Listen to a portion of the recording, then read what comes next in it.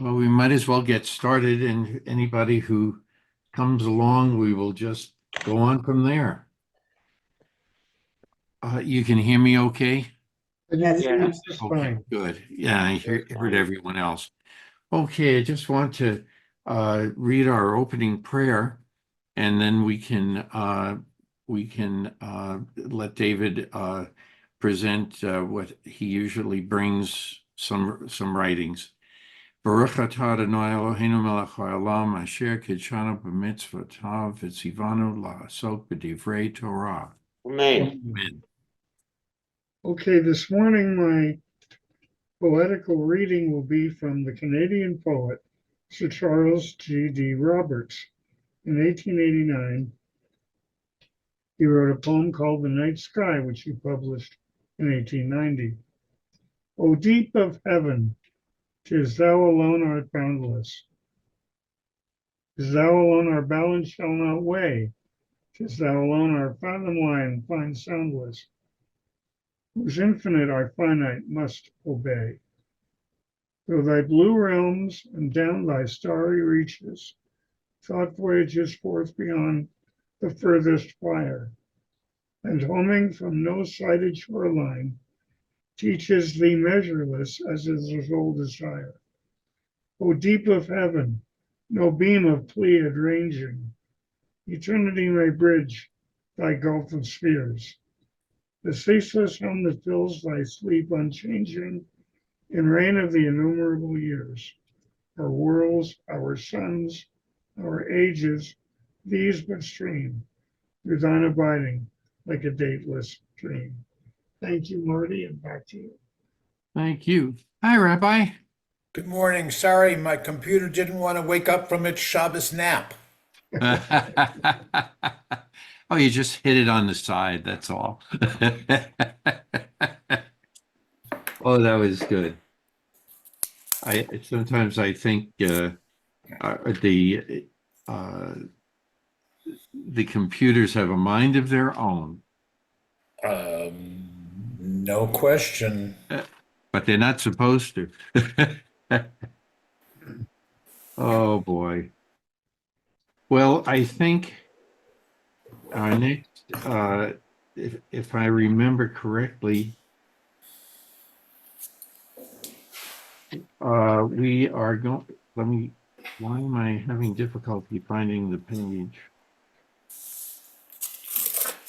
I think we're at Numbers 26. Okay, Well, it no, was right at the start of Pinchas at 25:10, I think. Yeah, that might be right. I thought we discovered that we discussed that. Well, no, I don't think that we discussed. Oh, that's okay. I don't mind going back. Right. That's 10. Okay. So if somebody would care to read verses 10. Excuse me, Marty, what page is that? Okay, it's on 1194 in your text. Thank you. You're welcome. So if someone would care to read verses 10 to the end of 13. Okay, I can start that. Okay. And the Lord spoke unto Moses, saying, Pinhas, the son of Eleazar, the son of Aaron the priest, hath turned my wrath away from the children of Israel, in that he was very jealous for my sake among them, so that I consumed not the children of Israel in my jealousy. Wherefore say, Behold, I give unto him my covenant of peace, and it shall be unto him and to his seed after him the covenant of an everlasting priesthood, because he was jealous for his God and made atonement for the children of Israel. Okay, thank you. First, any comments?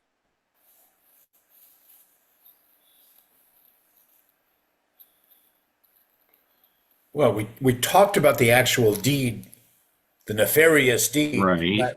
last week, and then this is the official divine response. Oh, okay. And any other comments about that? Can you Obviously, think of, yeah, obviously go ahead. God was pleased with what Pinchas did. Mm-hmm. Can you think of an earlier episode that befell the Israelites? This would be in the book of Exodus. So it's a year ago. Okay. It's a memory. This is a memory test to see if you can get into La Posada.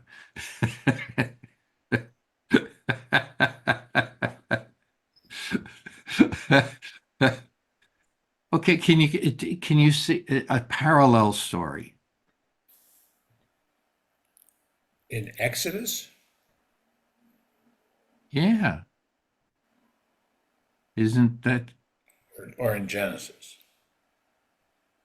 well?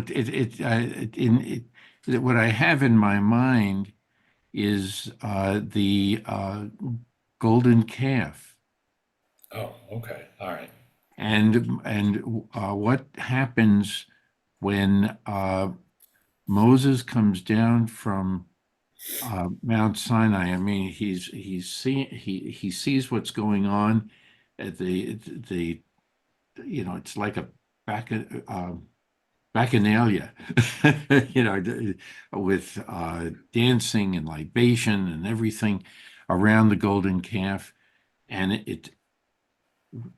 God had just given the commandments not to have any idols. And so, in order to try to uh, stay God's hand and his wrath, Moses he smashes the tablets. He goes down to down into the midst of the people, and then the scene changes, and the Levites come out, and they start slaying all of those who were following the uh, the um, the wanton acts that were going on at that time. And there's like a similarity here, only it's dealing with one person, not an entire community. Any ideas? Well, I'll jump right in to add to the I guess the confusion and the disagreements that tradition has in looking at the stories. That's Yes, right. yes, the sin of the golden calf is considered terrible, but on the other hand, like you said, that the sin was idol worship, but they hadn't heard that it was a sin yet. That's right. Okay, they were still patterning their worship after Egypt because they hadn't gotten the Ten Commandments yet. They hadn't heard from Moses and from God yet in that matter.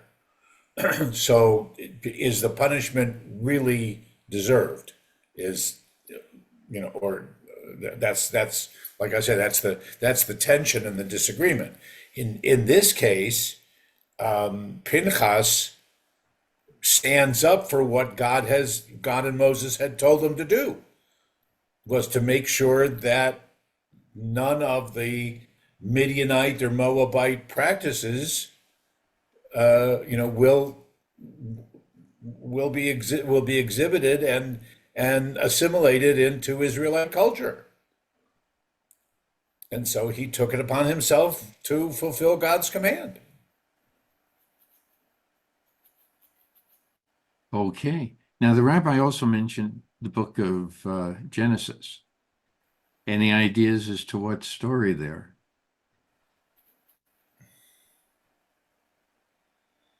Who raises his hand to to slay his son?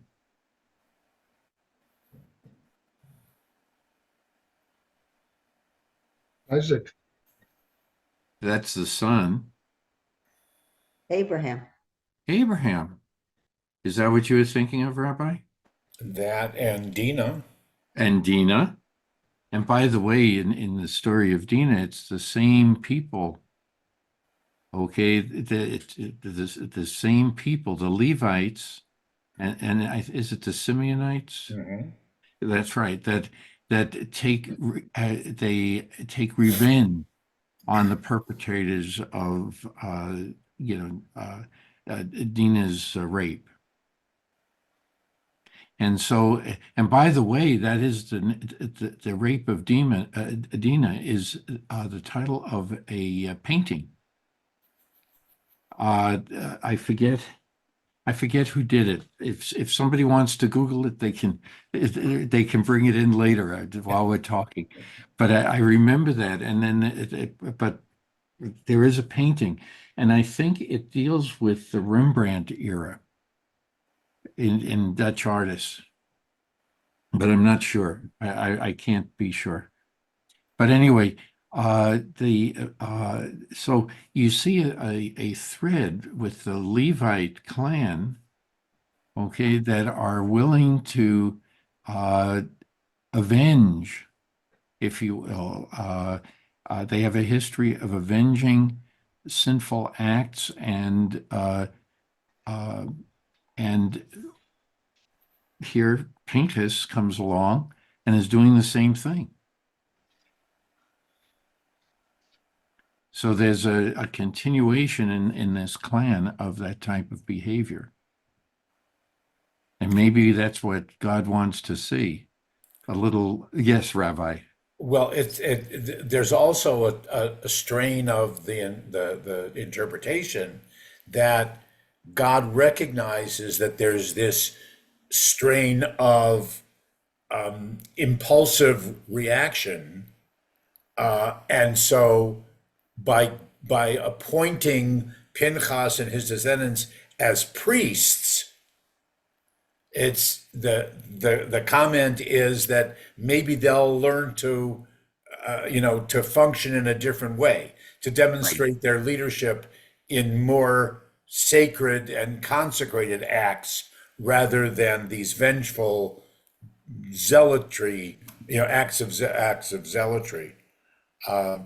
There's also, and we certainly don't need to, or probably shouldn't get into the political interpretation of this, but there's also, and I had a professor, Ellis Rivkin, Rivkin, who who writes a lot about this kind of stuff. That Aaron had been losing favor since the golden calf episode that you mentioned. Aaron had been losing favor and had been ineffective in God's eyes, according to this one theme of the commentary. And so it's coming time for him to be replaced. Okay, and Right. the people or God are just waiting for the right opportunity for someone to, with an entirely different kind of response to what the people, like the sins and the parallel that you led us into, that Aaron stood by or didn't stop the people, if not even help the people, whereas Pinchas stands up and says, "No, you're all wrong. I don't like that type of leadership. I'm going to do something about it." Very good. While you were talking, something came to mind, and that is in the story of Abraham and Isaac. Okay, and his hand is stayed. Pinchas' hand is not stayed. Is there any commentary or ideas about that? You're asking me. Yeah, I'm not yes. sure that I understand. Well, So, one is held back by the hand of God or an angel of God, whatever, an angel, right? right? And the other is allowed to commit There the are act. That's different right. ancient texts. Yes, right, right. In the Quran, Abraham does slay Isaac in the telling of the story. Right, right. I have read that. Uh, the other thing is that is it sort of like a punishment that the Levites are given the job of slaughtering all those animals for the sacrifices? Is that another way of looking at it? I mean, that's a messy thing. I used to see people who worked in slaughterhouses, and they all had serious emotional aspects of it. And it's a horrible thing. It's bad enough. I mean, but you're seeing it daily, and I wonder if that's part of the deal. I don't know. Are there any commentaries about that, Rabbi? Probably, I know that there's a story. It's not Agnon or by Bashiva Singer, but I forget. It's one of the Yiddish early Hebrew writers that has a story, going back like to the Pidyon Haben, of redeeming the first the firstborn, that Right. the mother, that's her reason for saying, in biblical times is the story, Right. that she'll pay anything to keep her son from having to go to becoming an apprentice to the priests and the Levites, so that he doesn't have to witness the animal slaughter and whatever. There's a story. Interesting. I haven't seen it in years. I don't remember where or who the author is. But it seems to tie in with the clan. Mhm. That's all I'm good at. It doesn't necessarily mean there is, but it seems to come up again and again in the scheme of things. Yes, Michael. And just to focus on the word slaughter for a moment, and to me, the word slaughter is a horrible. I think that plays a part in maybe people's psyche or mind, that they're going to slaughter rather than kill. There's could be a psychological aspect to that word slaughter. Yeah. When you say you know people or witness or whatever, the people slaughtering an animal, it's just it's kind of horrifying to use the word slaughter.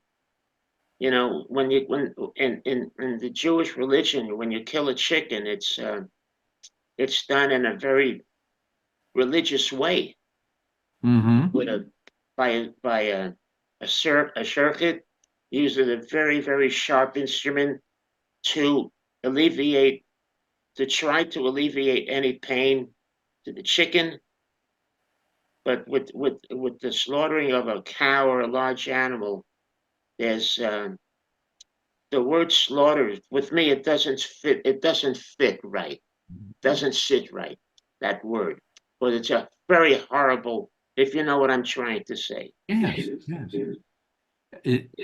Rabbi, is there in slaughtering cattle, who does the slaughtering of, for if it's kosher?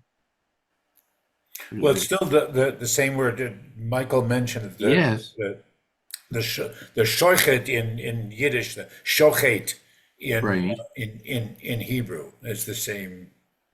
It's Are they uh, of the Levites or No, not necessarily. not necessarily. Not necessarily. Like a sofer, like a scribe And there are prayers doesn't for have to that. be. There are prayers being said during the process. Oh, sure. Uh, the same the same behavior, the same process is found in the Maasai in Africa. They will say, not only say a prayer, but they put their arm around the bull or the cow and or the calf, and they talk to it and everything during the act of killing it. Isn't there Yes, some culture that asks forgiveness Yes, of yes, they the do. animal? Yeah. They Right. do.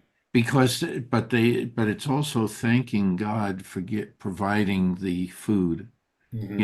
and thanking the animal for giving up the food. Native Americans do the same thing. Yeah, yes. Marianne, you had your hand up. I was just going to say that, Marty. They will ask the animal if it wants to sacrifice its life as their Yes. food. If the animal runs away, goodbye. They don't chase it, and they hunt with bows and arrows. They will not. They take rifles and handguns with them because they're way up in the mountains, but they will not kill the animal. Unless the animal is standing there and kind of agrees to its. I don't Yeah. like that It's word an either. interpretation of the Slaughter. stance. That's right. Yes, I don't But like it's, the word slaughter. It's very violent as opposed to. And kill is yeah, no better, but slaughter just sounds worse to my ear. yeah. And, you have to get away from movies and TV. Okay. It's not, what you see is not what really happens. Okay. That's why I always feel that people who do these things, uh, who see these things, would be less likely to want to commit them themselves, and respect the food that they have, that they're eating. I just think that they need to see it, then they would understand. We're very sheltered. Most kids to say don't even know where the food comes from. Except they'll say the supermarket, and that's not the best. But when you see people who are wounded and from and like that, it's not a pleasant sight. So I just want so those people who go out and take care of the wounded and like that, they're to be honored because they do a lot. And they have to go through a lot of emotional events. And in doing so, they have to also have a lot of counseling because of that. That's a side we don't usually hear about. I'm Okay. personally against hunting, the sport. It's a terrible way. That's probably the most horrible sport I can think of. Hunting. Now, if you're hunting for food, that's something else. So you're saying hunting for trophies, Trophy hunting or just hunting for the sport of it, right?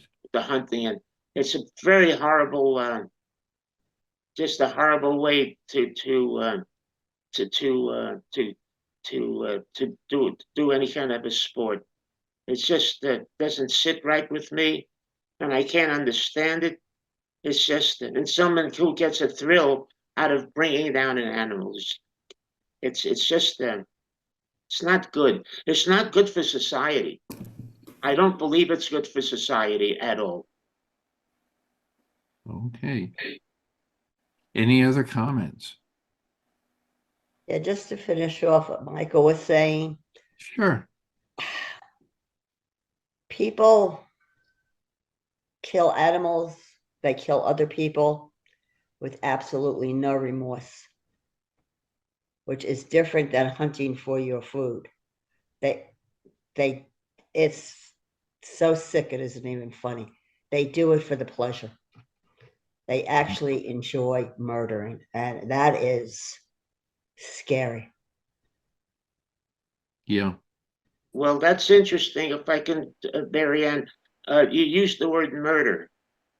Mhm. Murder is a word, and I could understand what you're saying, but the word murder really is a word that is reserved for human beings. Mhm.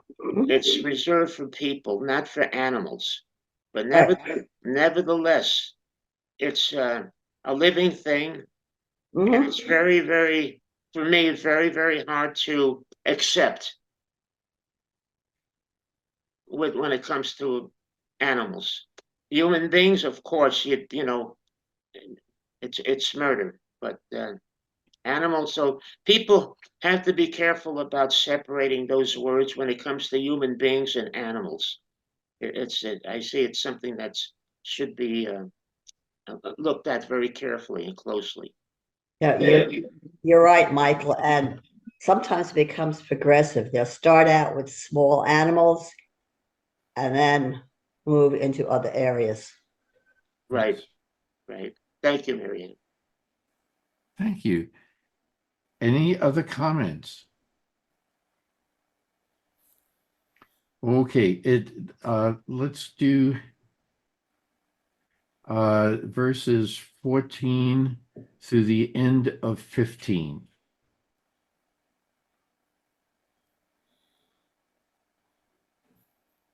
David had to take leave for a second. Anybody have a text in front of them? I do. Okay, Marianne, please. Just 14 and 15. Okay. The name of the Israelite who was killed, the one who was killed with the Midianite woman, was Zimra, son of Sula, chieftain of the Semonite ancestral house. The name of the Midianite woman who was killed was Cosby, woman of Cosby. Zur, who Cosby. was the tribal head of the ancestral house of Medina. Okay, any other comments?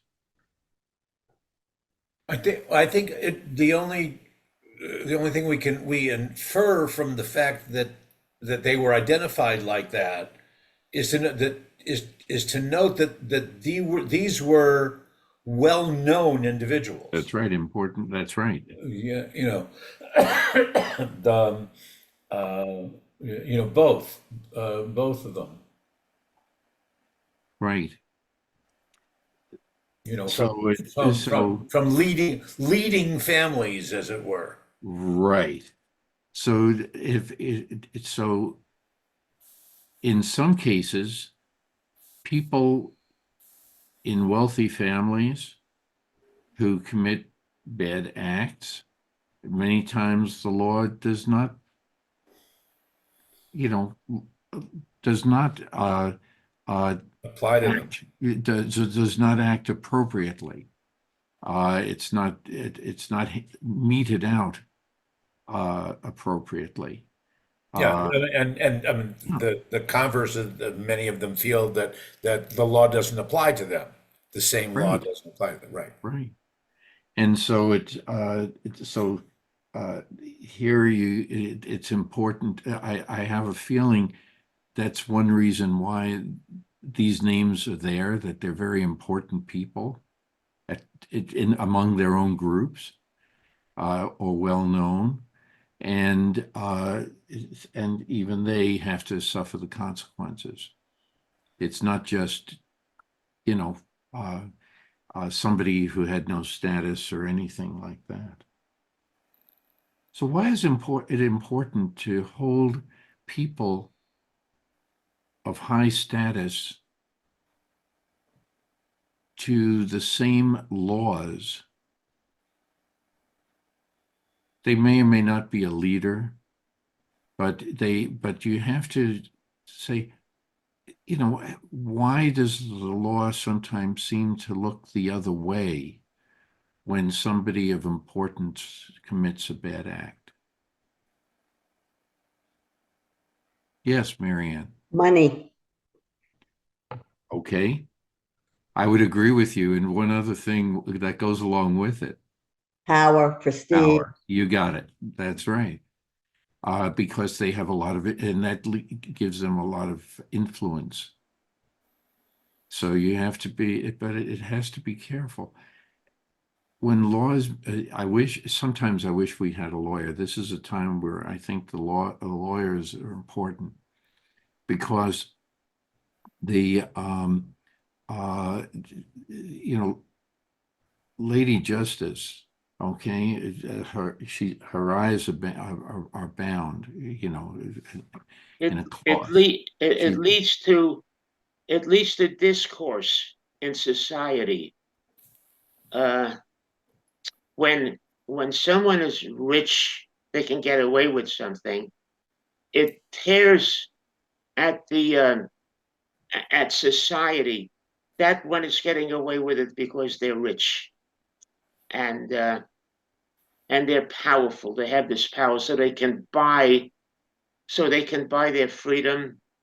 They can buy important people such as judges to look the other way, and it's just it's very it's to talk about unfair. That's as unfair as you can get, because everybody should be on the same page when it comes to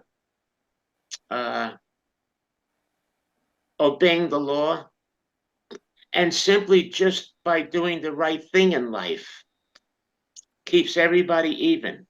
If somebody is rich and powerful, well, that's fine, but they should be held to the same standard as any human being. Okay, very good.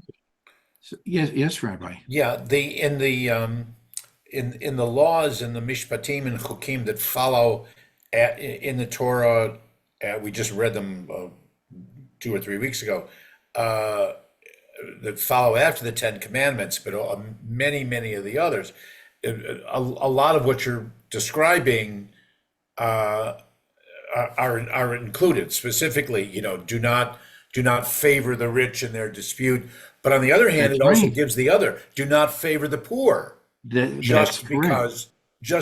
they're poor. That is correct. We've read right, that. That's right. judge fairly.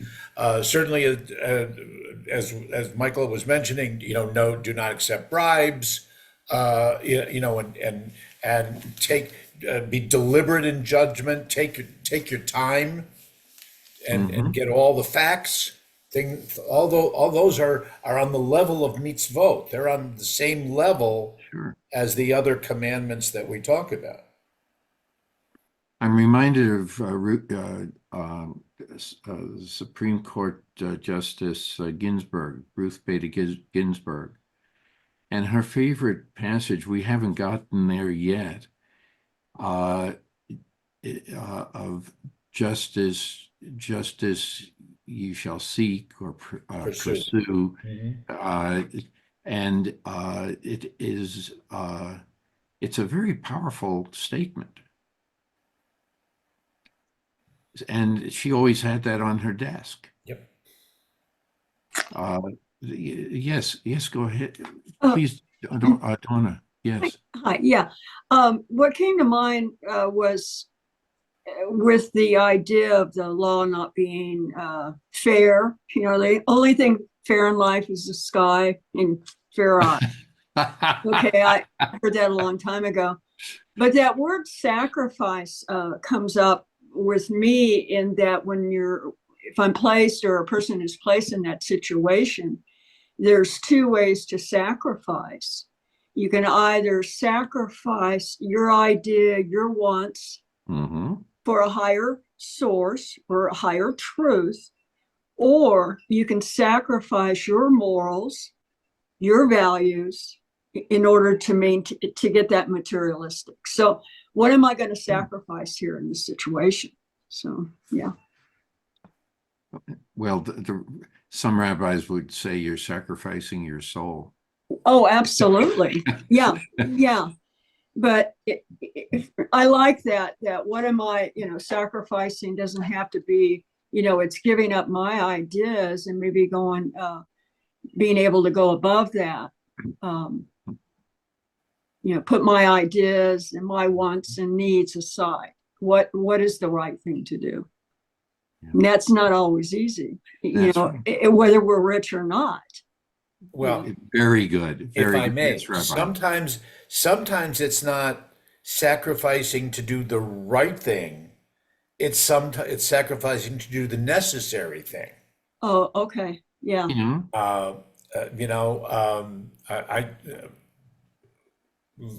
frequently we use the metaphor into a baseball game.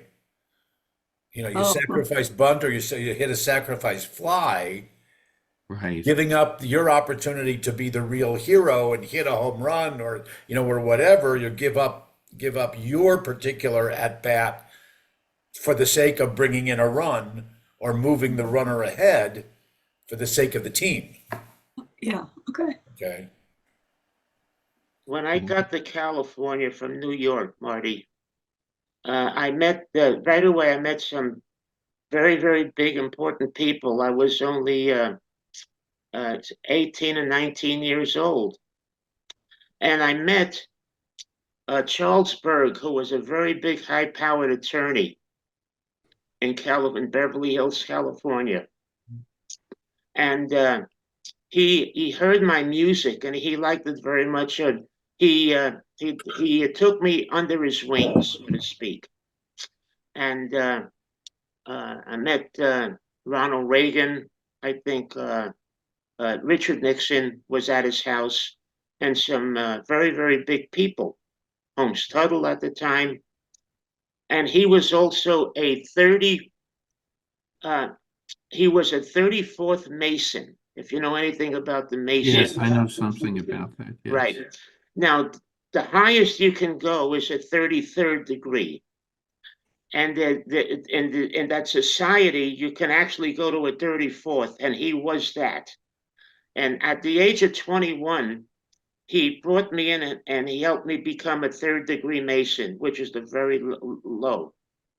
And when I went through a ritual to take a ceremony to become indoctrinated, I had to go into a room and change into a shroud, a white shroud.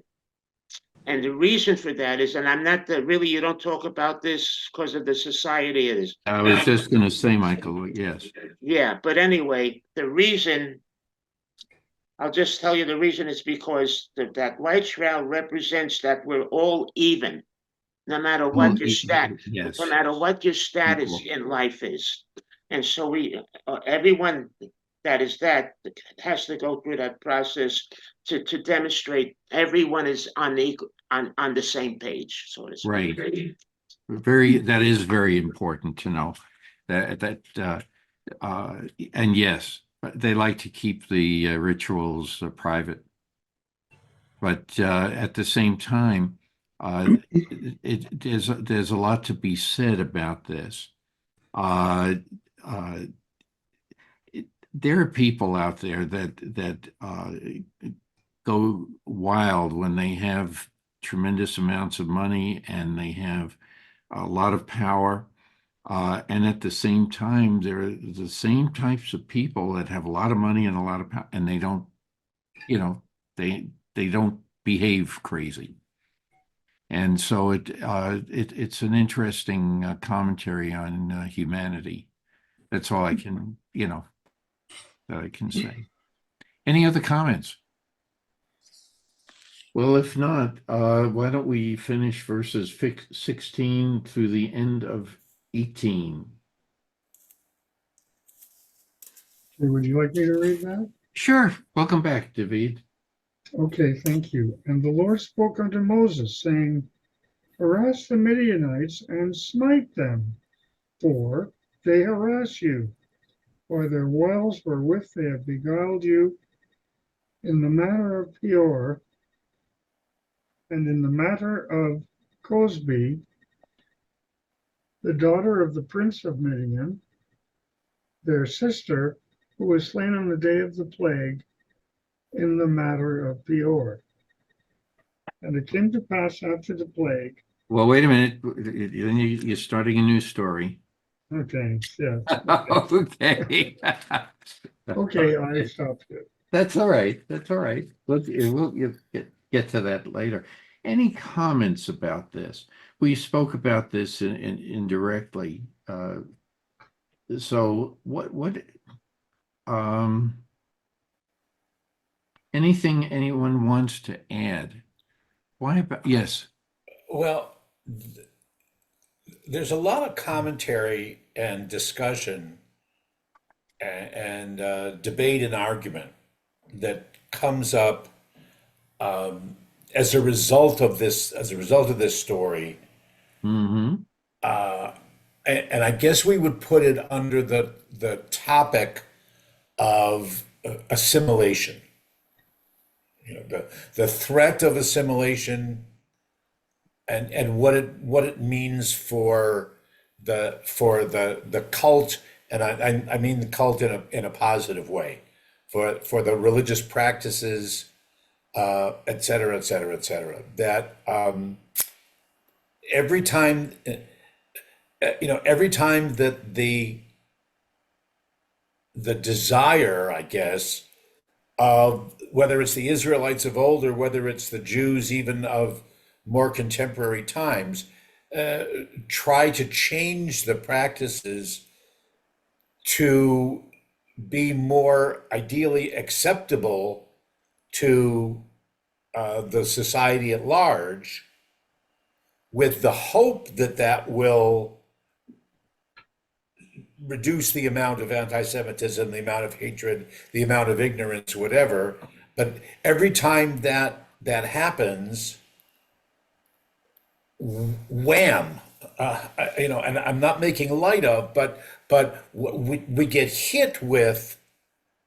It might be an incident of only one particular couple, like Zimri and Cosby, or it might be Lahavdil. It might be as terrible as the Holocaust, and now October 7 of 23. Every time that there are specific endeavors and attempts to be more like those around us, Right. it might take a couple generations, but we learn a very, very harsh, sad, tragic lesson. And even in the days of the Talmud, they recognized and debated that theme. So and obviously they come back to the notion that we are different, we are unique, we are special, and that's what we are to maintain. Some of the little, We some of the accoutrements and some of the the little patterns that we follow might be changed here and there through the ages, but ultimately we are a people apart. Mm-hmm. Which so are we chosen to do righteous acts, or are we chosen to bear the burden that comes along with that? Yes and yes.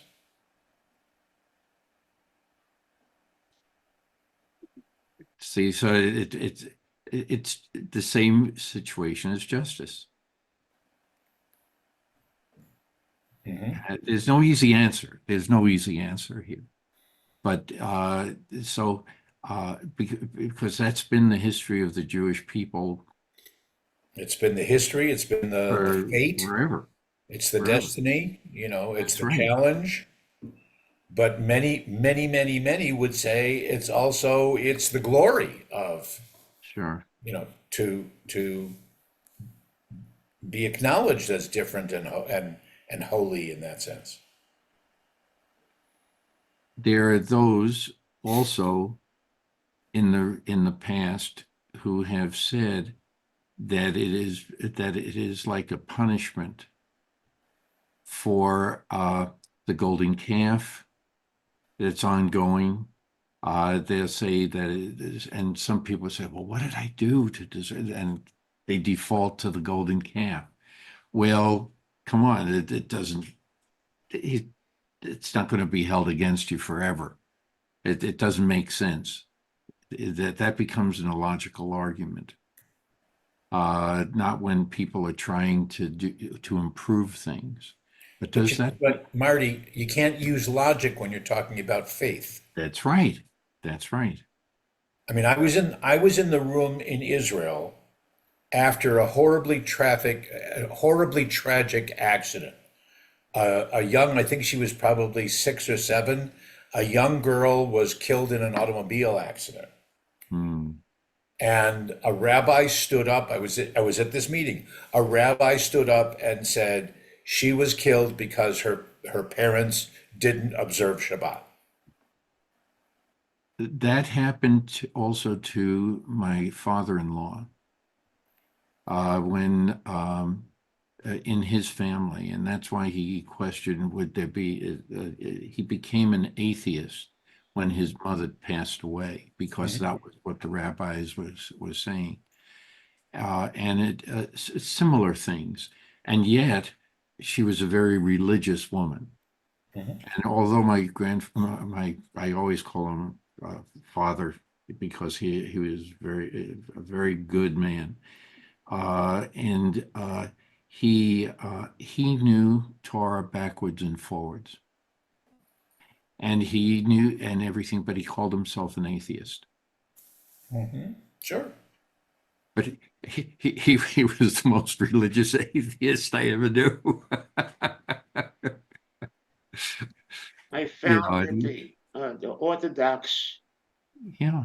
the Orthodox and ultra Orthodox have a way of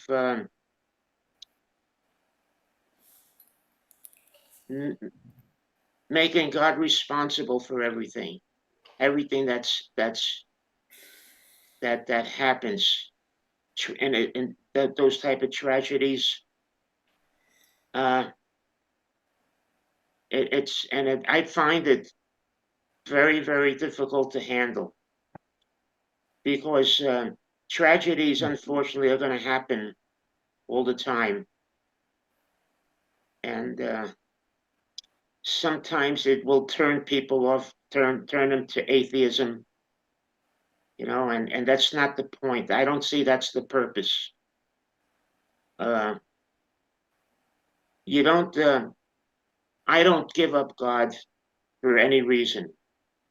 I don't give up on God because if I do that, then God will give up on me. How I feel, and I don't want that to happen. Uh, so it's the Jewish way of life is very, very difficult. Uh, you have to always do the right thing in life. And I believe in that saying, God helps those who help themselves. I believe there's a part that there's a part of that belongs in my life that I should think before you act, and just to go through life kind of, pardon the expression, but level-headed, you know. So, and the anti-Semitism, these people, I think it's a way of life with these people who are anti-Semitic. They don't care what they'll discount anything good that they hear. They only focus on negative things. They don't want to hear anything positive. And it's a way of life with those people, anti-Semitism. I don't think it'll never be eradicated. I hope I'm wrong when I say that. I certainly hope I'm wrong, but it'll never completely disappear. Never. It'll never disappear. And again, I say I hope I'm wrong, but I do not believe I'm wrong. It reminds me some of the prophets also, and the stories that are embedded in their advocacy. Well, I'm having trouble pronouncing it. Just advocating that we should all return to the basic way of doing things Jewish. Okay, that's the prayer, return to Torah, return to, the practices that make you a better Jewish person. That's what this is reminding me of. Any comments? No. Okay. Well, it can certainly make you feel that way. Yeah. Say, what's the answer? Should I go back? Should I do things differently? I've had the past 7 or 8 months, I had a very difficult time. That's why I left the temple, because what was happening to me was very terrible. And I left. And so am I going to give up on my life? Of course not. I found another avenue, but the Torah study is something I'll always stay with you because I love you, Marty, and I love everybody at this Torah study. But so I go on with my life. After 19 years, it's terrible. But Okay. we all do what we can. We do the best we can. Mm. That's a good approach. That's a good approach. Any other comments? And before we read on, and David, I know you were eager to get into the next chapter, if you will. So what you still have before we get to the next chapter? Why don't you read verses 19? Read verse 19. Okay. And Just it came to just pass, that verse. Just that verse. and it came to pass after the plague that the That's Lord it. spoke, That's it. and it came to pass after the plague. That's right. That's the end of that verse. Yeah. So now, why do you think that here you're entering a new chapter,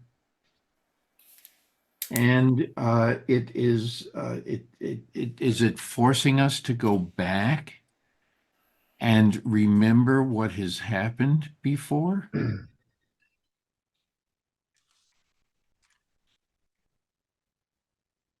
Is which?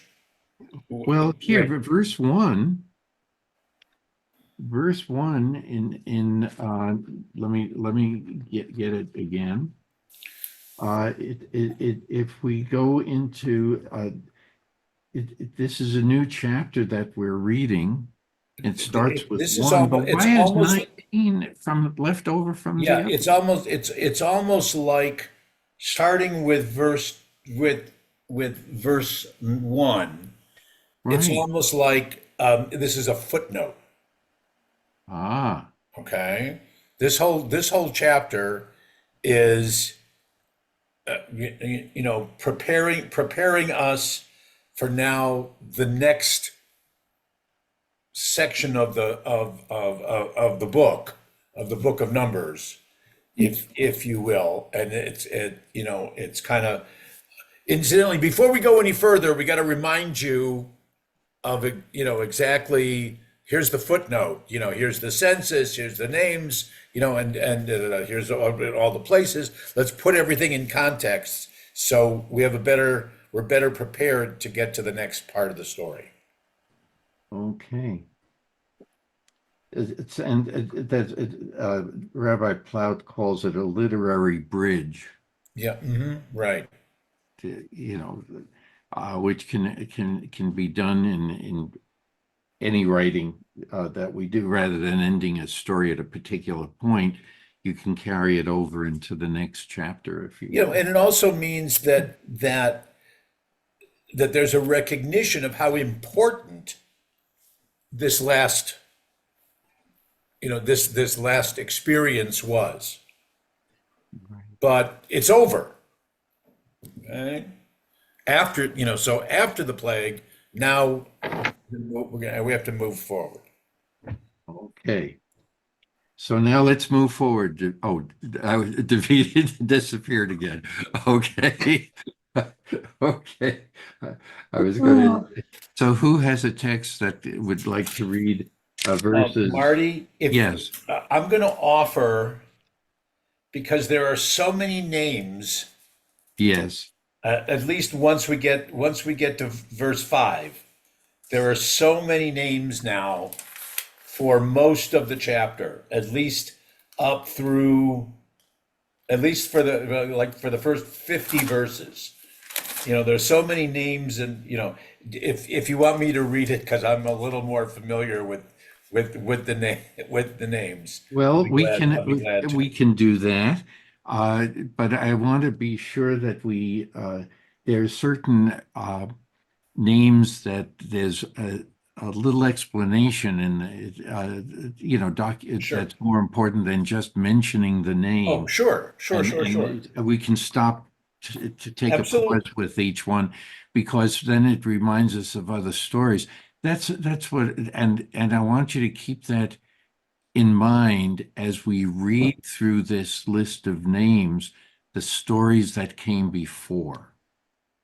Okay, it's a clue as to why we're going to stop at certain spots. Go ahead, Rabbi. Okay, Since so don't hesitate to stop me. okay, All right. So starting with verse 1 then, 26:1. yes. Okay, the Lord said to Moses and to Eleazar, the son of Aaron the priest, take a census of the whole Israelite community from the age of 20 years up by their ancestral houses, all Israelites able to bear arms.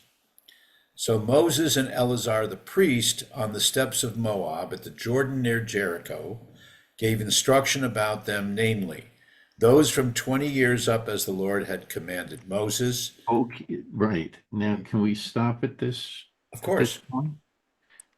Just wanted to say, why is it necessary to take another census? Book of Numbers, Well, it's immediately after the plague. that's right. So we got to find out exactly how many people we lost and what's the impact Okay. on our leadership and on our military readiness. Okay, you encompassed it all into one, because that was the other, not just those that fell by the wayside, but that they're all, and some people have said that hey, wait a minute, it is because we're about to go into combat. So any other comments? Well, also, who's missing from this this introduction here? Please. Pinhas? No. Well, you're right. Pinchas is missing. Yeah. Right. Um, Well, Aaron has already died, if that's who you mean. Okay. If Aaron has already died, All right? right. So it's And now the next. It's now the next generation. right. And because at this Eleazar has point, taken over. Okay. right, at this point, Moses is really the only one left Right. other, all the others from his generation. I Okay. don't know where you're headed with your question. Well, I was thinking, I was actually thinking more of Joshua. If this is military, oh, you know, But that comes a little a later little bit later, a little bit later, after right? the census. Yeah, So, yeah. but that's okay. But actually, it's a separate. Also, we can see a separation between the responsibilities of the different people. Uh, Eleazar is going to be uh, a priest, the leader of the priests and everything, and he's going, and the people under him are going to be doing all of the necessary things from, for want of another word, the religious side. Okay, so that's coming first, just as we had with Aaron. Okay, and Moses is still in a unique position. He's becoming the prophet. But the priestly clan is being singled out first in everything. So that's all I can say for their responsibilities. And maybe that's why this is occurring first, because you need to have the necessary continuation for the leader of the leadership that has the drive to continue this mission that Moses is on. And so far, if we go back to the again another story, okay, when the scouts go out and return with what they have found, and they say we can't go ahead. There are only two others that say otherwise, and that is Caleb and Joshua. And both of them will become, future leaders here. So as we're jumping ahead, yes, Donna. Yeah, I have a question in that prior to the taking of the sentence, here's the question. Were there clans or tribes separated at that time, or were they all, well, they weren't even Israelites yet when they came out of Egypt, correct? No. It wasn't until later. Okay, so with the story. No, excuse me. What? We can't get the names confused here. Okay. The Israelites doesn't mean that they lived in Israel. Right. Israelites are the children of Israel, who's Jacob. So it's all the descendants of Jacob. Oh, okay. Are the Israelites. Okay, thank you. All right. I don't know if that helps with your question, but go ahead. Yeah. Okay, so, but now what we're getting into, it appears, is then the leaders of the different clans really writing this out. Prior to that, there were not a separation of different clans when they were By Israelites.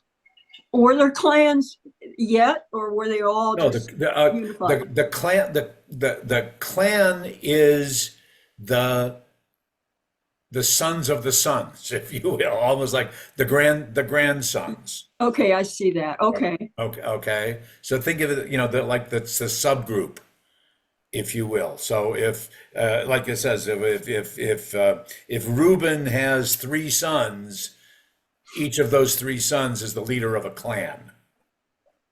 And why? And then in saying that, okay, and understanding that a little, why was it necessary to establish the different clans for different purposes? Well, some of them, especially when you get into, sorry, Marty, if you want me just to go ahead. No, go ahead. Especially when you talk about from the tribe of Levi, they had different tasks, right, that were assigned to the different clans. Okay, and some of the others, and we'll hear that they had a particular task. They were assigned to a particular territory, or whatever it might be.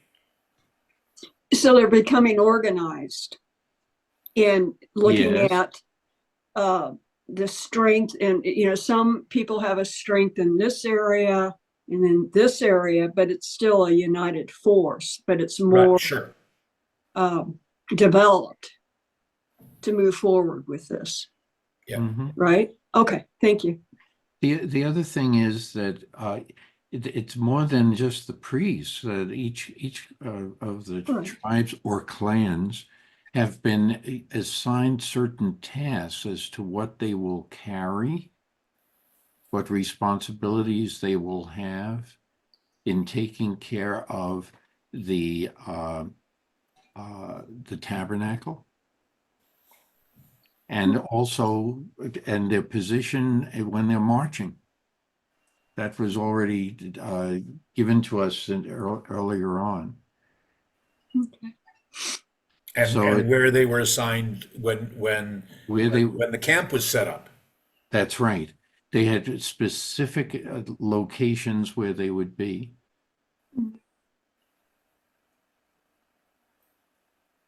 Some to the north, some to the south, some in front, some in back. Which of course was not only based on the number of the number of men versus the number of women, Sure. so the size, et cetera, et cetera. So it's a very interesting deal.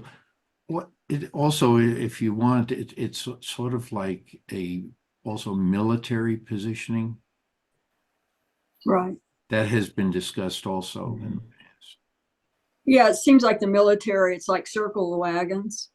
You know, Sure. Yeah, would be on the it is. outside, It the is women and in a way children would be because in the center. how, who's out in front, and we should discuss that a little bit when we get to it, and who is also on the sides and in the back and everything, and to protect, their marching. Remember, at this time, the Holy of Holies is portable.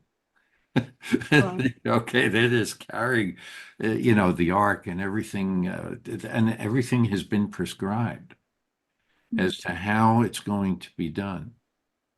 Oh, So that's before you joined us, Donna. Long before years. well, that's fine. Yeah. Wait There's a long lot enough, we're going to be before. going back to the beginning and start Yeah. all over again. Yeah. Oh, golly. Okay, any other comments here? So let's get into it now. Okay. So the And yes, I'm descendant, going to have some questions. that's fine. Go ahead, Rabbi. The descendants. Okay, let's break it up just briefly. If you read the last part of, verse 4, go ahead, Yeah. read verse 4 and finish up with the end of verse 7. Okay. 4 to 7. Yeah. Those from 20 years up, as the Lord commanded Moses, the descendants of the Israelites who came out of the land of Egypt. Okay. Reuben, Israel's firstborn, and the descendants of Reuben were Enoch. So there's the clan of the Enochites, of Palu, the clan of the Paluites, of Chetzron, the clan of the Chezronites, of Carmi, the clan of the Carmites. Those are the clans of the Reubenites. Persons enrolled in that tribe came to 43,730. Okay. That's a lot of people. But it is just the men, right? Mm-hmm. And just From age 20 on 20. up. Right. Right, just the adult males. Right. And then in Plout,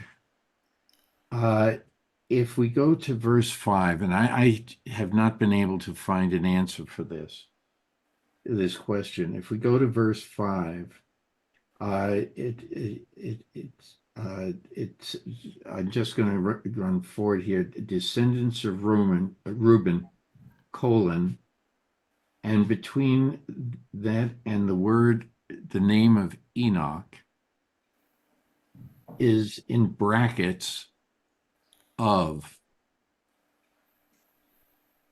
Oh, okay. Some may have it, some may not. Yeah. I have it. So what's going on here? I just don't know.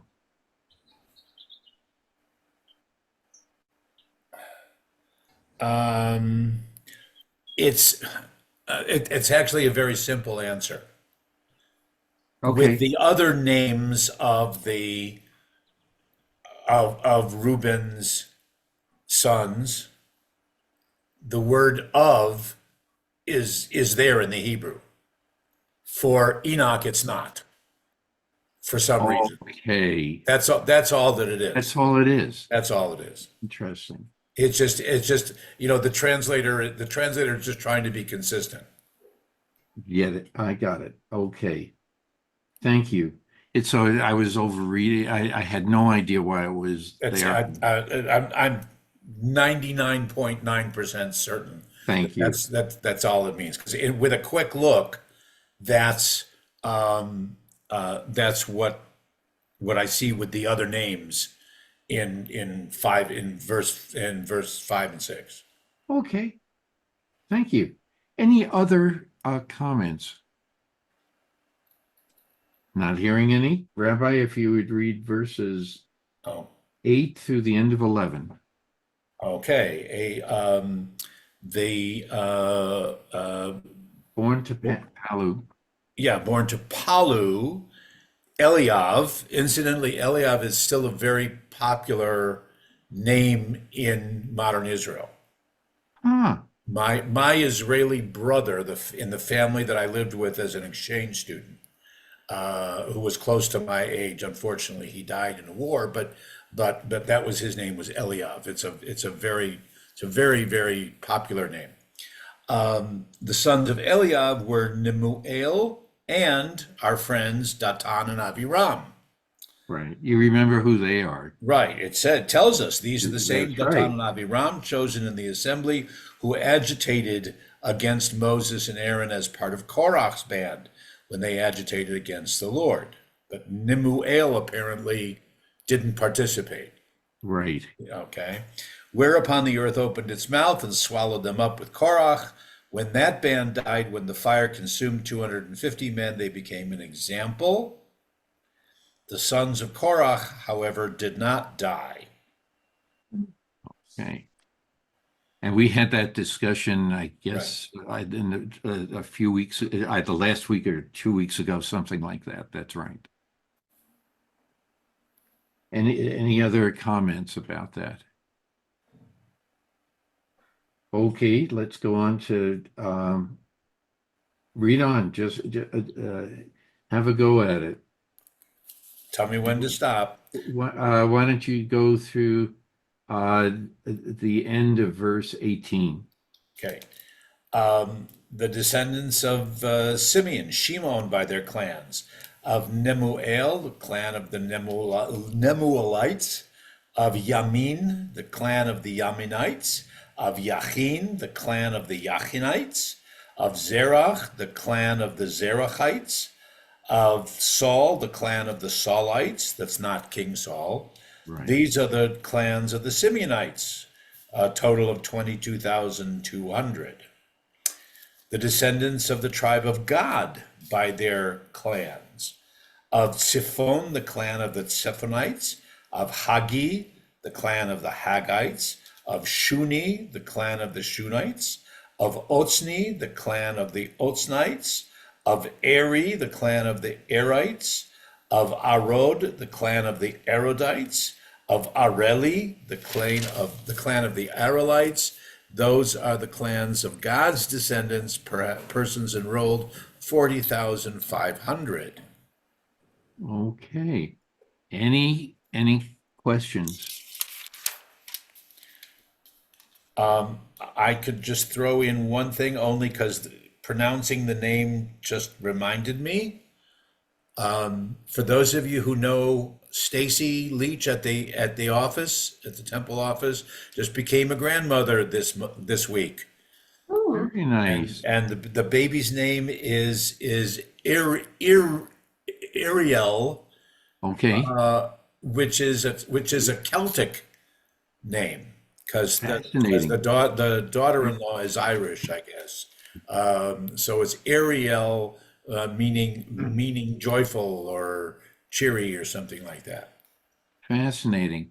Yeah. You know, the Celts, they also went into parts of France and Spain Mm-hmm. as you know, in old history, but they also, you know, they're a branch, I guess, of the Vikings. And the different cultures that spread out from there, it covered all of Europe and into Russia and like that. It's a fascinating migration. Having heard that, now I have to second guess myself. It might be Welsh rather than Celtic. Oh, Okay. I Okay. apologize. So It's okay. if you know a It's similar history of the Welsh, That's right. Yeah. Hey, tell us they're that known too. for their grape juice. No, no. Right. Oh, yeah. Okay. All right. Anyway, the most important thing is that she gets a mazel tov. So okay. All right. Yeah. All right. Any other discussion or levity? Okay. One thing that I'm thinking of is just how many people Moses had to lead through the desert at 40,000 a year, 20,000 a year, probably several 100,000 altogether. Oh yes. Oh yeah. Yeah. When you think about it, again, because these numbers only reflect the adult males. Yeah. Now remember, we also had a discussion about the methods of counting. With the first census. This also predates you, Donna, because it's the system of counting may not have been the same as we would do today. And so it may have been a smaller number, maybe a couple of zeros eliminated from each counting. We don't know. For Yeah. sure. Again, let me for those who weren't with us at that point in the discussion, the Hebrew word elef, related to aleph, incidentally, but the Hebrew word elef can be translated either as 1,000 or as a particular division. Right. Okay, a particular like a battalion or a particular division militarily, which didn't necessarily mean 1,000 people. So that's where we get the possibility of different Yeah. numbers. But it is a large number. Let's put it that way, and Yeah. then we can, but we had that discussion before. Anyway, any other, why don't we continue reading? So we're at 19. Yes. Born to Judah, Good. Er and Onan. Er and Onan died in the land of Canaan. Descendants of Judah by their clans, of Shelah, the clan of the Shelonites, the Peretz, the clan of the Perizzites, of Zerach, the clan of the Zerahites. Descendants of Peretz were of Chetzron, the clan of the Chetzronites, of Hamul, the clan of the Hamulites. Those are the clans of Judah. Persons enrolled 76,500. Keep going. Yeah. The descendants of Issachar by their clans, of Tola, the clan of the Tolaites, of Puvah, the clan of the Punites, of Yashuv, the clan of the Yavushites, of Shimron, the clan of the Shimronites. Those are the clans of Issachar. Persons enrolled 64,300. Any other ideas or comments while we're reading through this? See why I offered to do the reading? Because of the Yeah, and I appreciate it too, because I struggled too. Okay, the descendants of Zebulun by their clans, of Sered, the clan of the Seredites, of Elon, the clan of the Elonites, of Yalil. I have to see what that is in Hebrew. Yachlil, probably. I have to find it. Yachlil. The clan of the Yachlilites. These are the clans of the Zebulunites. Persons enrolled 60,500. The sons of Joseph were Manasseh and Ephraim by their clans. The descendants of Manasseh, of Machir, the clan of the Machirites. Machir begot Gilad. Of Gilad, the clan of the Giladites. These are the descendants of Gilad. Of Yezer, I assume that's what that is. Right. It's Ezer. Ezer, the clan of the Ezerites. Of Chelek, the clan of the Chelekites. of Asriel, the clan of the Asrielites, Shechem, the clan of the Shechemites, Shemida, the clan of the Shemidaites, Hefer, the clan of the Heferites. Now Tzelofchad, the son of Hefer, had no sons, only daughters. We're going to encounter that story, right? Comes up The shortly. names of Tzelofchad's daughters were Machla, Noach, Hogla, Milcah, and Tirzah. And those are the clans of Manasseh, the persons enrolled 52,700. Okay. You might as well finish through the end of 37. Okay, so then these are the descendants of Ephraim by their clans. Of Shetulah, the clan of the Shetulachites. Of Becher, of Becher, the clan of the Bacherites. Of Tachan, the clan of the Tachanites. These are the descendants of Shuchalah. Of Aaron, the clan of the Aaronites. These are the clans of Ephraim's descendants, persons enrolled 32,500. Those are the descendants of Joseph by their clans. Okay. Any comments so far? Yes, Donna. I have a more of a question. I have lots of questions, but with the listing of the people 32,500, does it later on, with all these numbers that were enrolled in the different clans, will it be listed? Like, I'm thinking the higher numbers, would they have been for the military? I mean, it seems like these numbers aren't just thrown out there, you know. It's more, I'm curious to see later on if the bigger numbers were for, well, one would be for the tents and all that stuff that they set up for the sanctuary. But anyway, I'm just thinking out loud. These numbers, like anything, it's just not thrown in there. There's a reason for that. And later on, we'll find out, right? Yes and no. Some of them. Yes, some of them there will be stories attached to, others not. And but it will be important because in later books there will be lineages mentioned. Okay. Okay, but as we said, at the outset, the numbers may be for military purposes, may have been related. They're not doing it because of the tasks that they were given. What to carry. That's mostly in the clans of the Levites. What taking down the tent at the meeting and everything, and each one is carrying something different. Well, is this Certain Kohamim? objects. Excuse me? The Kohamins, are they mentioned Yes. Well, too, along with the? No, the Cohen, the Yeah. Levites as a clan, they're not the high priests. Okay, yeah. Okay, but they have the other duties. They have to roll up certain parts of the tent of the meeting. They have to be sure that everything is neatly packaged and everything. They're going to set it up again in reverse order wherever they stop. Okay, the whole and yeah, and the Kohanim, it was actually like a sub-tribe. Right. The Kohanim do not have any, they don't possess any territory, right? Nor will they serve in the military.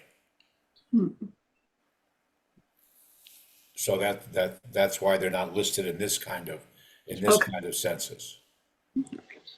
Yeah.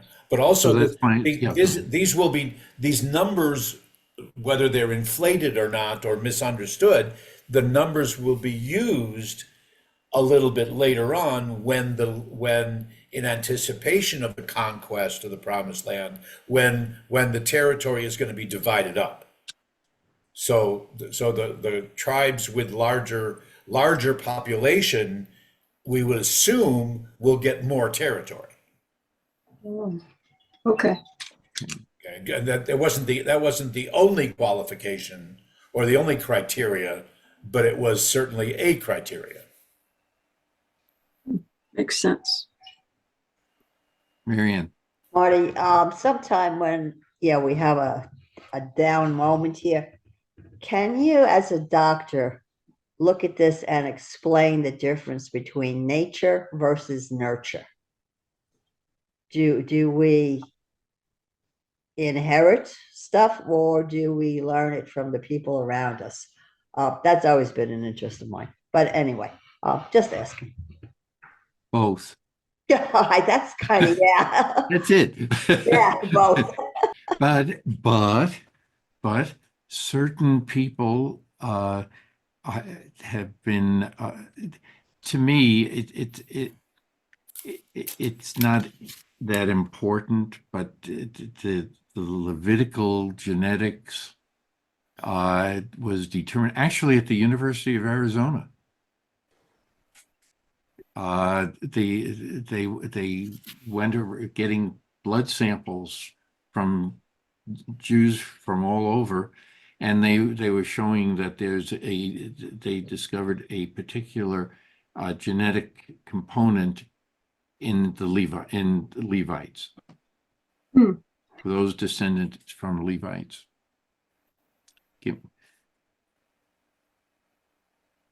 Okay. Is it to me? It's at this point in history, in world history, is it really that important? I don't know. Who knows? Maybe, I don't know if it's my genes directing me in this, making more open or making me more open to doing this Torah study. I don't know. But I do know that I've been influenced by many, many, many people and events and things like that. So Okay, thank you. take your pick. Yeah, Okay. I've tried for years and I still haven't figured it out.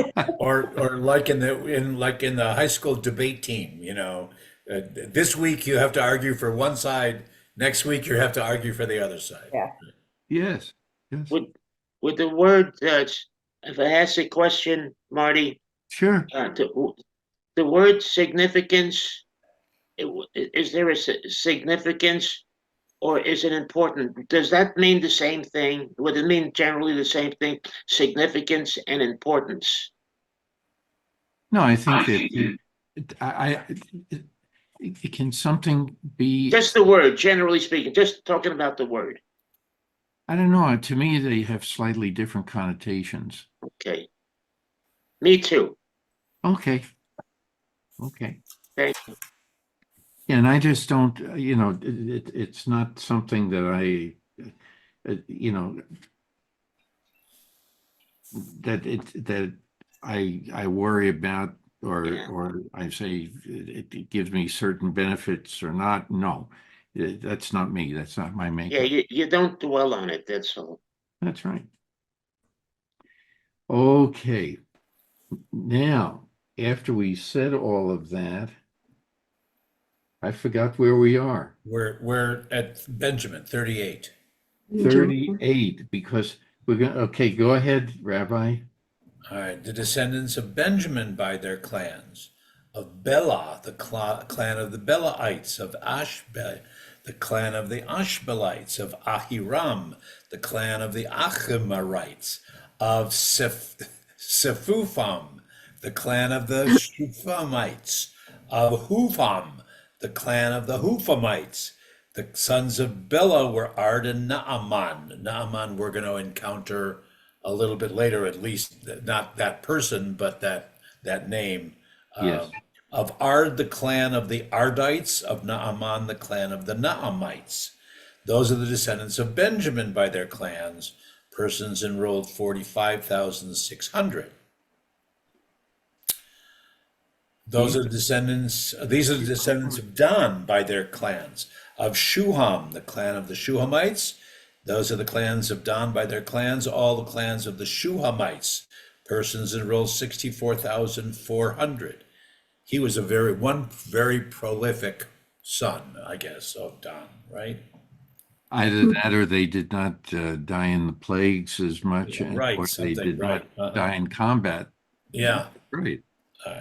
The descendants of Asher by their clans, of Imnah, the clan of the Imnites, of Ishvi, the clan of the Ishvites, of Beriah, the clan of the Beraites, of the descendants of Beriah, of Hever, the clan of the Heberites, of Malchiel, the clan of the Malchielites. The name of Asher's daughter, she's mentioned here, was Serach. These are the clans of Asher's descendants, persons enrolled 53,400. So Serach is the only female mentioned in this whole list. Mm. Well, also you have the daughters. Well, yeah, okay, right. But on this particular page, yes. Mhm. Any other comments?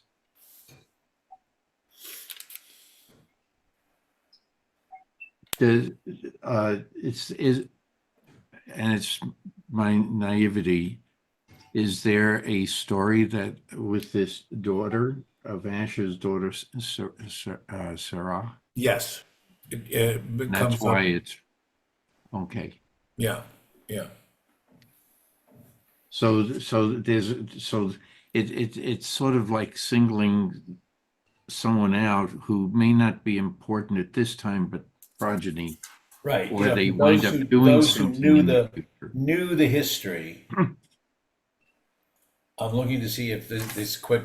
No, these doesn't. So I mean, she comes up in the midrash, but not necessarily. I don't remember if she's actually in the text, but there's a conjecture in the midrash of who she was. Yeah. Okay. Well, now that you opened the door, what is it? Because we will cover it. Wait till we get there. Oh, okay. Yeah. Now I can hardly wait. Anyway, All right. The okay, go ahead descendants of Naphtali by their clans, of Yachtziel. These names are not as popular I can understand. in Israel these days. Well, okay. The descendant of Yachtziel, the clan of the Yachtzielites, of Guni, the clan of the Gunites, of Yezer, the clan or Yetzer, the clan of the Yetzerites, of Shilem, the clan of the Shilemites. Those are the clans of the Naphtaliites. The clan by clan, persons enrolled 45,400. So the enrollment of the Israelites at that point in the census, 601,730. David, is that okay with you? Yeah, except Okay. I'm just trying to imagine that in the Ten Commandments movie, there's no way they're going to get almost 1 million extras in the line to leave Egypt. And even in that movie, there was quite a big crowd. And Moses was worried that how could he lead the multitude out of Egypt? But somehow he did. Okay. So, any other comments so far?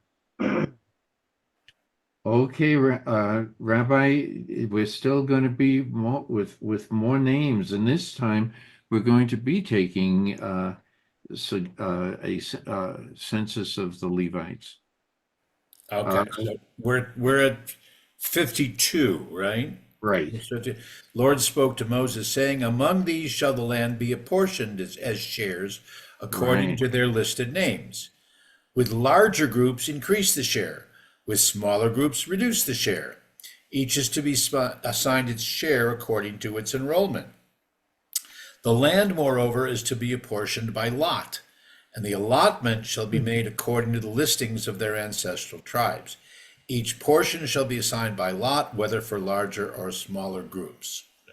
So, go ahead. Okay, I was just going to say, so meaning that God still is assigning, because God controls the destiny and the lot. So God is still deciding where, but not the specific size of Right. where of that inherited portion of the land.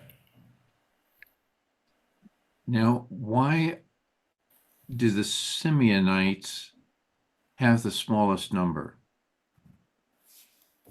I think they're 23,000 odd thousand, and all the others are 40,000 on up. I have no idea why. I couldn't come across anything. Is there any midrash about that? Well, I don't know. I can't think of anything offhand necessarily. I don't see anything that jumps out right here in this collection. But so there's no, so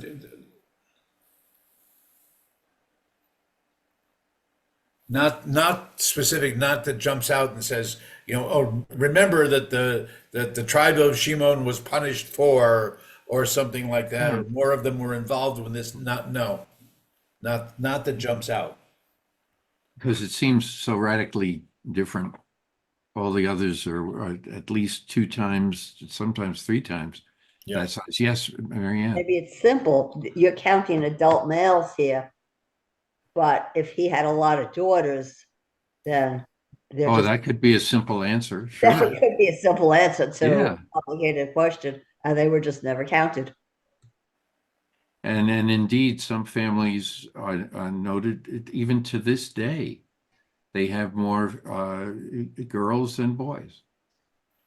Or vice versa. Yeah, Ask my wife. there you go. So this can happen. Mhm. Very good, Marianne. That I hadn't thought of that until you reminded me of something that was so obvious. So you Thank you, Mrs. Thank you're you, counting adult males. thank you, Sherlock. Problem solving So 101. not only do we need an attorney in the group, we need an OB in the group, right? Oh, golly. Okay. And by the way, it's interesting. I have known people with a lot of these different names that we're going to come across. And in reading about the Levi, and it's only by chance that's all. Or was it?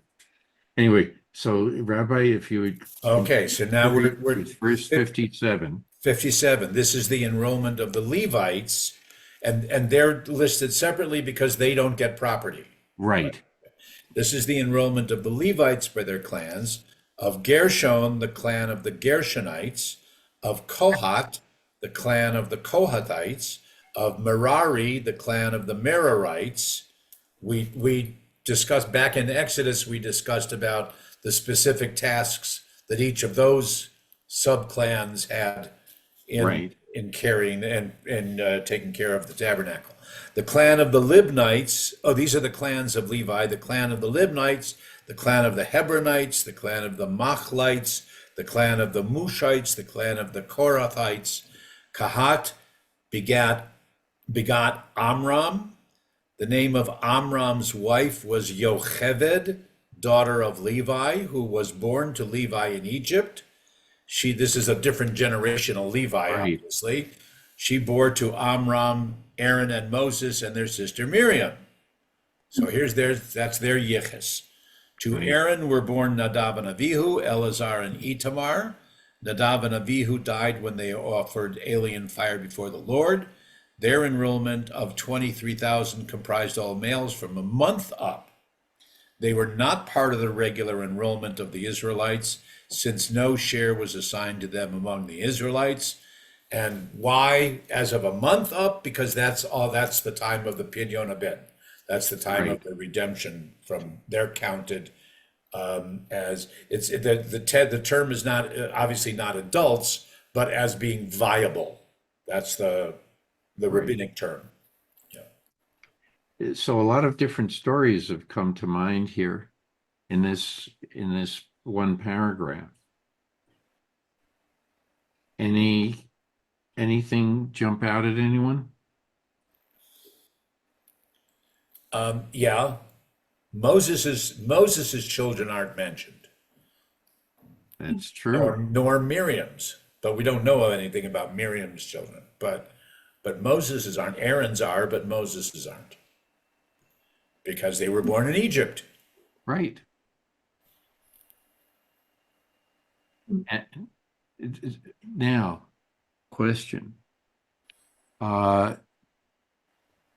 They, with the two sons, I know Zipporah is going to ask Moses to, before he goes back into Egypt, to have the sons go through a Brit Milah Mhm. and a circumcision, and so she understands, even though she's not an Israelite. Is there anything in that, the fact that the sons are born of a a woman from another ethnic group? There's nothing there.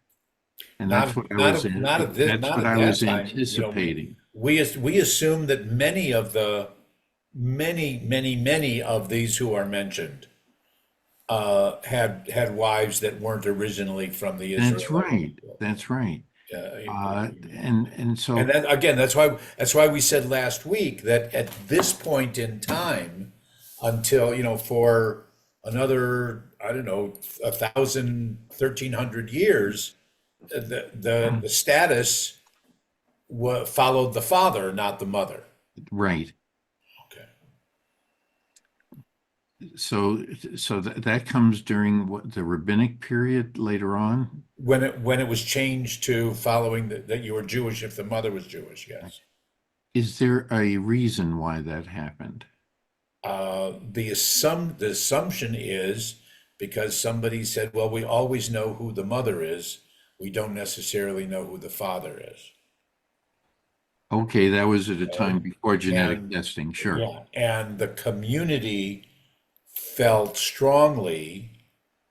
I mean, it's not written down this way, but the assumption sociologically is that the community felt a responsibility, certainly if the mother and the child was an offspring of rape or incest or some prohibited relationship, you don't penalize the child. Right, The parents might be somehow punished or isolated or excommunicated or whatever, but the child was welcomed and given status as an Israelite. very good.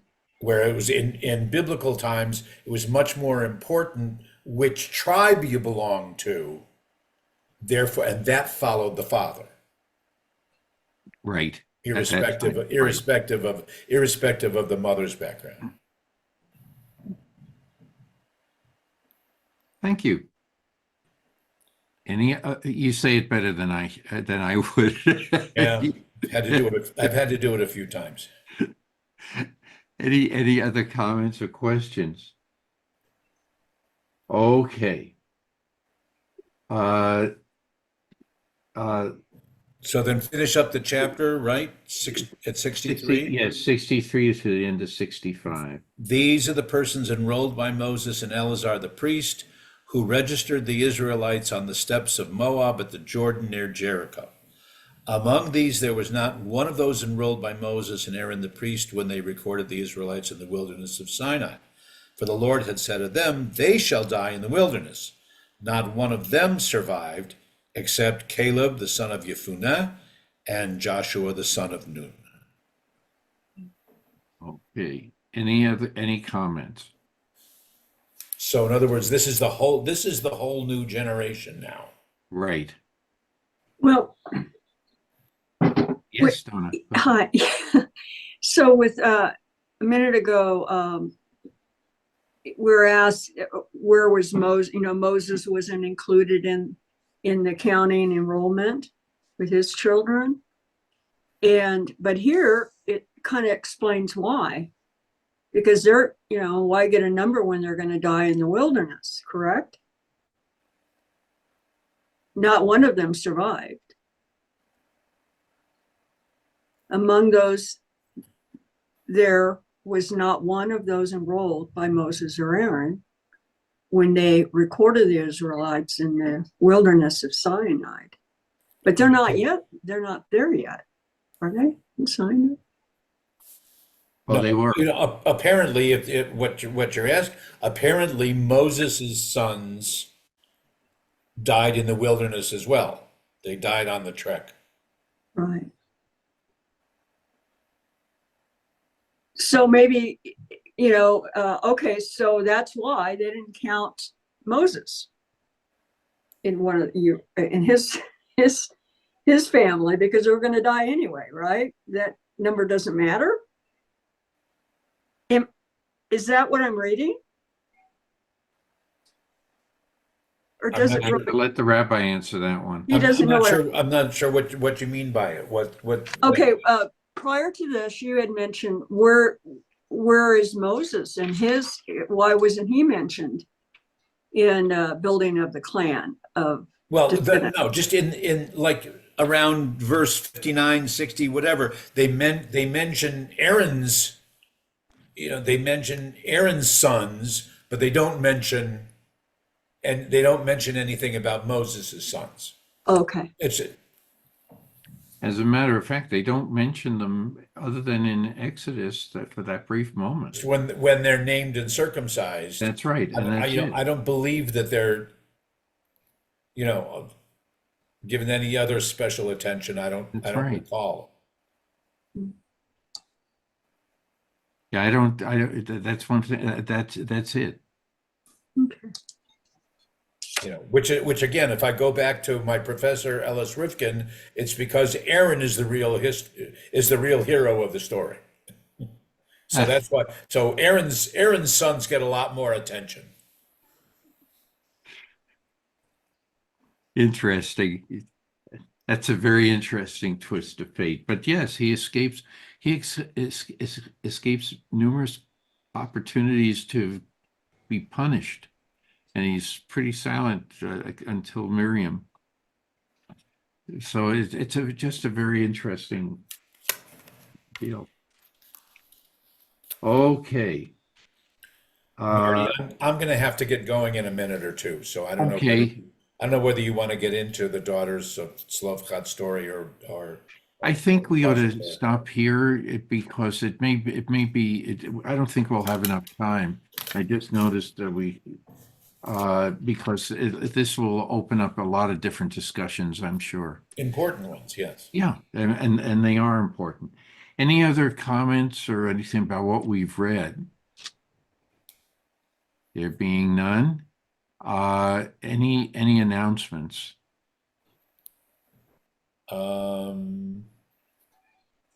A reminder that the Joshua class will meet again on Tuesday. Right. That's on Zoom. We do meet next week, Torah study. Then 2 weeks from the 15th, there's a service. And then probably at least the next one, if not 2 weeks after that, I won't be able to join. Okay.